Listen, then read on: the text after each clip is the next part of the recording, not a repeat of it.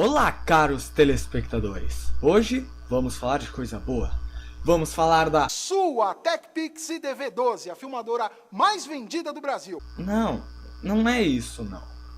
Vamos falar do período regencial.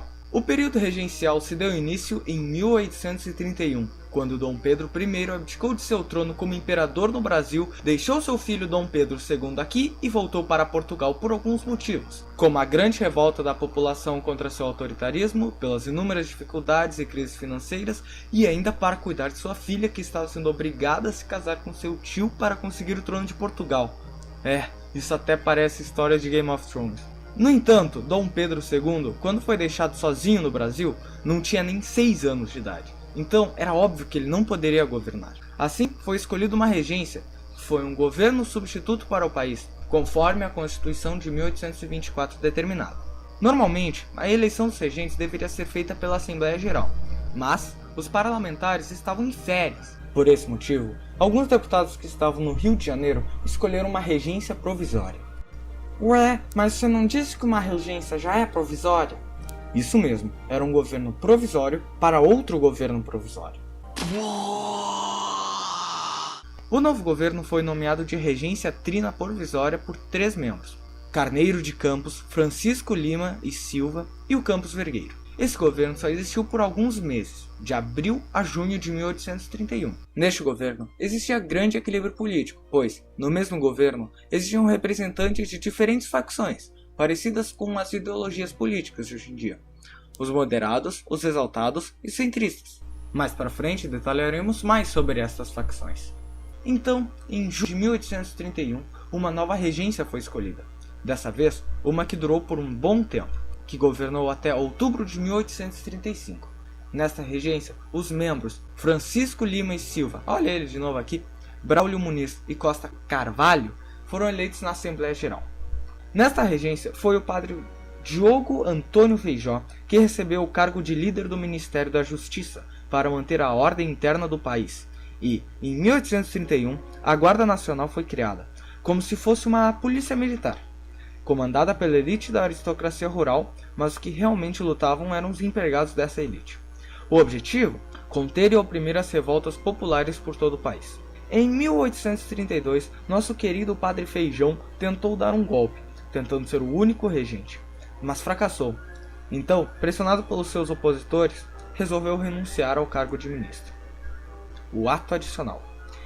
Em 1834, o Ato Adicional foi criado para tentar equilibrar os interesses dos exaltados, que era um grupo que defendia a liberdade administrativa de cada província, e os moderados, que queriam a centralização de todo o poder político na corte do Rio de Janeiro.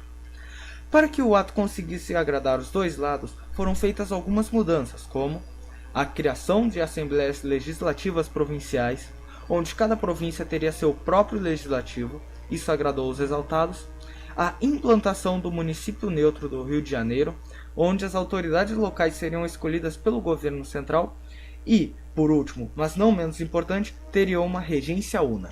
Uma regência una que seria comandada por apenas uma pessoa por 4 anos, começando em 1835. E quem foi o primeiro eleito? Ele! Nosso padre mais danado e espertinho, o Feijó. A regência una.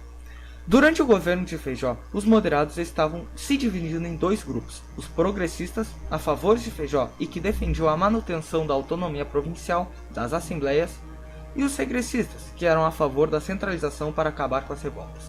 Em 1837, devido às muitas revoltas e pelo crescimento dos regressistas, Feijó renunciou, e em seu lugar, Araújo Lima entrou e ficou até 1840, botando muitos regressistas como ministros, fazendo vários feitos importantes, como o Colégio Pedro II e o Instituto Histórico e Geográfico Brasileiro.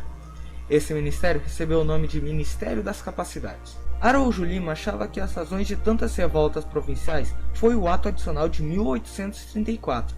Por isso, ele foi alterado e limitado por uma lei interpretativa em 1840, fazendo o poder ficar muito mais centralizado. O mandato de Araújo deveria permanecer até 1842. Contudo, um grupo que vinha ganhando muito apoio, principalmente dos progressistas que queriam tirar os regressistas do poder, foi criado. Ele foi chamado de Clube da Maioridade, que defendia a coroação adiantada do nosso pequeno Dom Pedro II, de apenas 14 anos. O grupo dizia que, se existisse um imperador, as revoltas provinciais acabariam. Isso convenceu os políticos que coroaram Dom Pedro II em julho de 1840. Isso deu um fim ao período regencial. Meu Deus do céu, Berg. O microfone parou de funcionar. Agora vou ter que falar por aqui mesmo. Desculpa. Sempre quis fazer isso. Não vai ter edição porque eu quero. Desculpa de novo. Vamos lá. Um resumo bem resumido, bem resumão de 3 revoltas que aconteceram durante as regências, sendo elas: a insurreição Malê, que se deu início por escravos árabes na Bahia que estavam se revoltando contra seus donos, foi uma das maiores rebeliões de escravos no período. No entanto, o movimento não deu certo e muitos escravos morreram. A Sabinada, que ocorreu na Bahia, foi uma revolta de classe média, que queriam manter a autonomia provincial conseguida no Ato Adicional de 1834 e eram contra os regressistas. A Revolução Farroupilha, que foi a maior revolta no período, que ocorreu no Rio Grande do Sul. Os revoltosos queriam uma maior autonomia provincial e a queda dos impostos no charque gaúcho, pois o charque da região platina era mais barato e muito melhor. O movimento foi tão grande que chegou em Santa Catarina, e assim, foi proclamada a República Juliana. No entanto, essa república permaneceu por apenas 4 meses pelas tropas legalistas. O projeto da nova república tinha vários elementos republicanos da América e da Constituição do Império, com movimentos liberais modernos, como a divisão dos 3 poderes, liberdade de imprensa, liberdade comercial, etc., além da religião oficial que seria a católica. Faltaram algumas revoltas, mas essas vocês vão ter que estudar, mas acho que esse vídeo pode ajudar. É só isso, então, valeu, falou e tchau.